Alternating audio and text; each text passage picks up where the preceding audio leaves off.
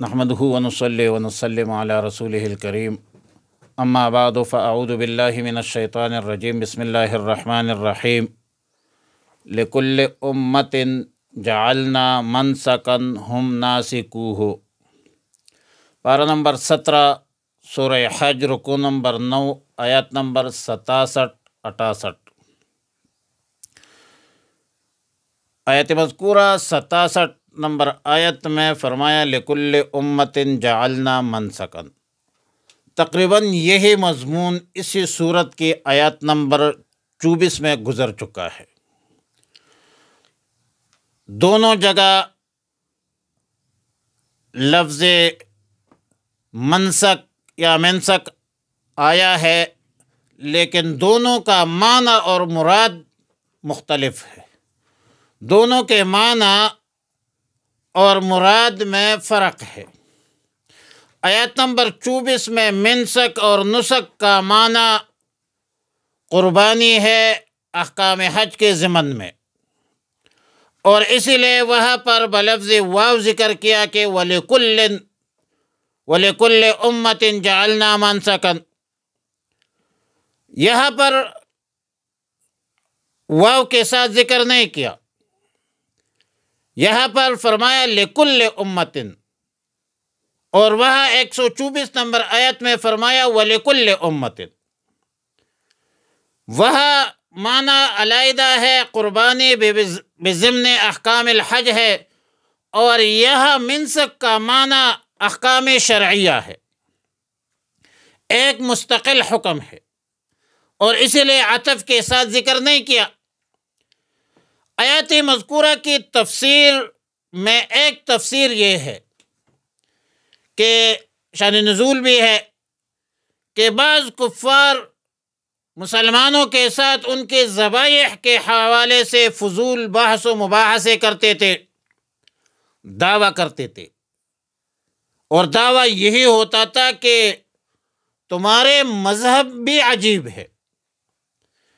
جن جانوروں کو تم اپنے ہاتھ سے قتل کرو تو وہ حلال، اور جن کو اللہ تعالیٰ براہ راست مارے، مردار ہو جائے، تو وہ حرام۔ تو ان بدبختوں کے اس جدال کے جواب میں،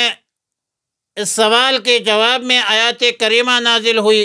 رواہ البیہقی۔ اصل جواب یہ ہے کہ ہر ایک امت، ہر شریعت کے لیے، یعنی ہر امت کے لیے اور ہر شریعت میں ذبیحہ کے الگ الگ احکامات رکھ۔ رسول اللہ صلی اللہ علیہ وسلم کی شریعت ایک مستقل شریعت ہے، اور اس کے احکام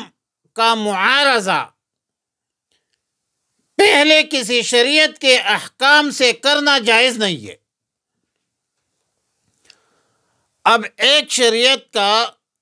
معارضہ آپ دوسری شریعت کے ساتھ نہیں کر سکتے، تو بدبختو، تم اس کا معارضہ اپنے خالص رائے کے ساتھ، اپنے باطل خیالات کے ساتھ کیسے کر سکتے ہو؟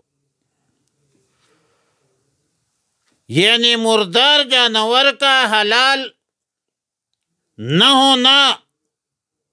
تو اس امت محمد عربی صلی اللہ علیہ وسلم کے ساتھ مخصوص نہیں ہے،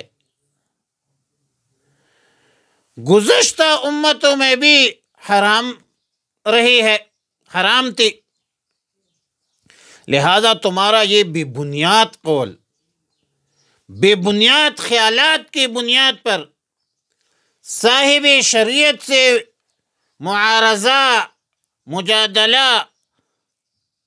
بدترین حماقت ہے، بدترین ضلالت ہے، گمراہی ہے، تباہی ہے تمہارے لیے قذافی روح المانی۔ اور ظاہر ہے کہ جس طرح میں نے گزارش کی کہ جمہور مفسرین بئی مقام اس جگہ لفظ منسک احکام شریعت کے معنی پر لیتے ہیں، کیونکہ اس منسک کا اصل معنی ایک معین جگہ کا ہے جو کسی خاص عمل خیر یا شر کے لیے مقرر ہو، وضع ہو، اور اس لیے احکام حج کو مناسک حج بھی کہا جاتا ہے کہ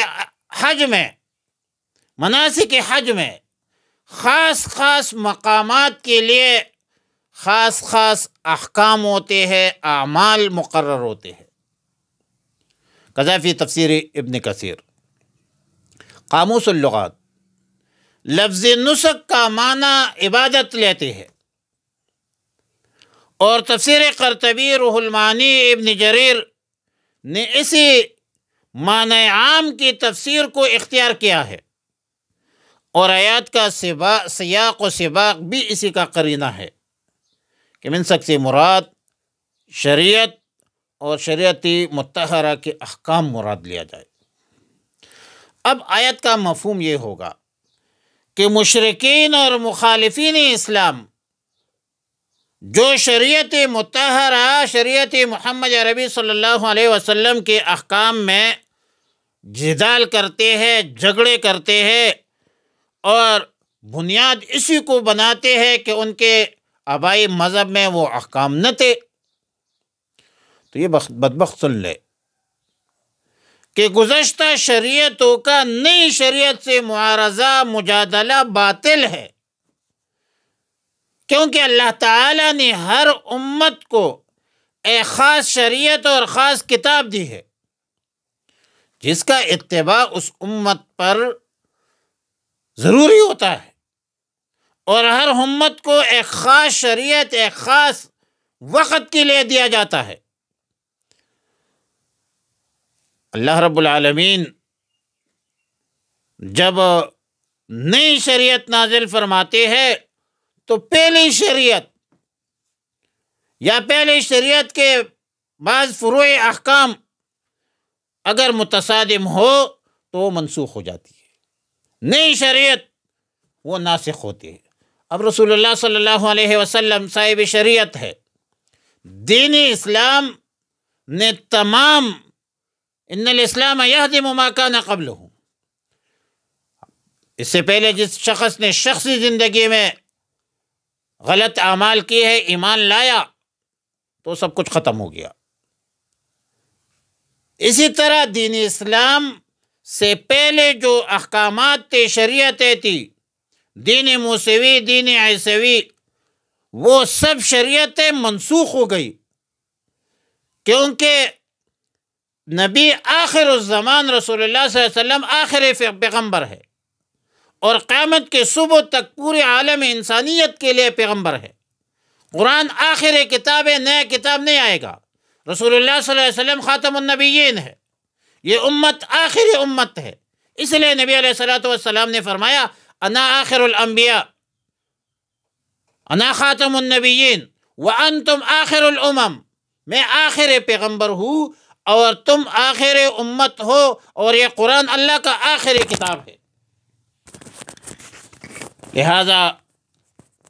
شریعت مطہرہ اسلام جو ہے، اسلام نے تمام جو پہلے شریعتیں تھی اس تمام شریعتوں کو منسوخ کر دیا ہے، لیکن صاحب شریعت سے مجادلہ، معارضہ، منازعات کسی کو اجازت نہیں ہوتی۔ حضرت موسیٰ علیہ السلام صاحب شریعت ہمارے سر کے تاج ہے، تمام انبیاء کو مانتے ہیں، تمام کتابوں کو مانتے ہیں، ایمانیات ہے ہمارا، آمنت باللہ وملائکتہ وکتبہ ورسلہ والیوم الآخر۔ ہر امت ہم ناسکوہ، ہر صاحب شریعت اس کے مطابق عمل کرتے ہیں اور اللہ کی عبادت کرتے ہیں۔ اور پھر فرمایا کہ فلا ینازعنک فی الامر، جب رسول اللہ صلی اللہ علیہ وسلم خاتم النبیین ہے، سید الاولین والآخرین ہے، ایک مستقل شریعت لے کر تشریف لائے ہے، تو کسی کو یہ حق حاصل نہیں کہ شریعت مطہرہ میں جدال اور نزاع پیدا کرے۔ ان تمام تر تفصیلات سے معلوم ہوا کہ منسک کے دونوں تفاسیر میں بھی کوئی اختلاف نہیں ہے۔ اور ہو سکتا ہے کہ ہر آیت کا نزول کسی خاص نزاع یا ذبائح کے سبب نازل ہو، مگر آیات میں عموم ہے بھائی، آیات مذکورہ میں عموم ہے، تمام احکام شرعیہ کو شامل ہے، متناول ہے۔ البتہ شریعتوں میں فروع اختلاف ایک زمینی حقیقت ہے، لیکن توحید میں تو ان کا اختلاف نہیں ہے، نفس رسالت میں تو اختلاف نہیں ہے، کتابوں میں تو اختلاف نہیں ہے، فرشتوں میں یا دیگر اصول میں اختلاف تو نہیں ہے، فروعی مسائل میں اختلاف، وہ تو مسلک اور مذہبوں میں بھی ہوتی ہے۔ وَدْعُوا إِلَىٰ رَبِّكَ، آپ اپنی فرض منصبی جاری رکھ کے اپنے رب کی طرف لوگوں کو بلائیے۔ وَإِنَّكَ عَلَىٰ هُدًى مستقیم، بے شک آپ سیدھے راستے پر ہے،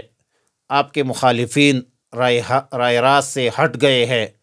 انہوں نے گمراہی اختیار کی ہے۔ اگر وہ آپ کے ساتھ جھگڑا کرتے ہیں وَإِن جَادَلُوكَ فَقُلِ اللَّهُ أَعْلَمُ بِمَا تَعْمَلُونَ، اگر وہ تجھ سے جھگڑتے ہیں تو آپ کہہ دیجئے کہ اللہ تعالیٰ بہتر جانتا ہے، خوب جانتا ہے، اور جو کچھ تم کر رہے ہو یہ سب کچھ اللہ کو معلوم ہے۔ فرمایا وَلِكُلِّ أُمَّةٍ، وہ نہیں ہے لِكُلِّ أُمَّةٍ، ہر ایک امت کے لیے، لِكُلِّ أُمَّةٍ ہر ایک امت کے لیے، جعلنا ہم نے مقرر کی ہے، منسکن ایک طریقۂ عبادت، شریعت، احکام شریعت، ہم ناسکوہ جس پر وہ چلتے ہیں، فلا ینازعنک، پس وہ جھگڑا نہ کرے آپ سے، فی الامر اس معاملے میں، وادعو اور بلائیے، الی ربک اپنے رب کی طرف، انک لعلی ھدی مستقیم، بے شک آپ سیدھے راستے پر ہے۔ وَإِن جَادَلُوكَ، اور اگر وہ جھگڑا کرے آپ سے، فقل کہہ دیجئے ہے اللہ عالم، اللہ خوب جانتا ہے، بما تعملون جو کچھ تم کرتے ہو۔ وصلی اللہ علی النبی الامی الکریم وعلی آلہ وصحبہ اجمعین۔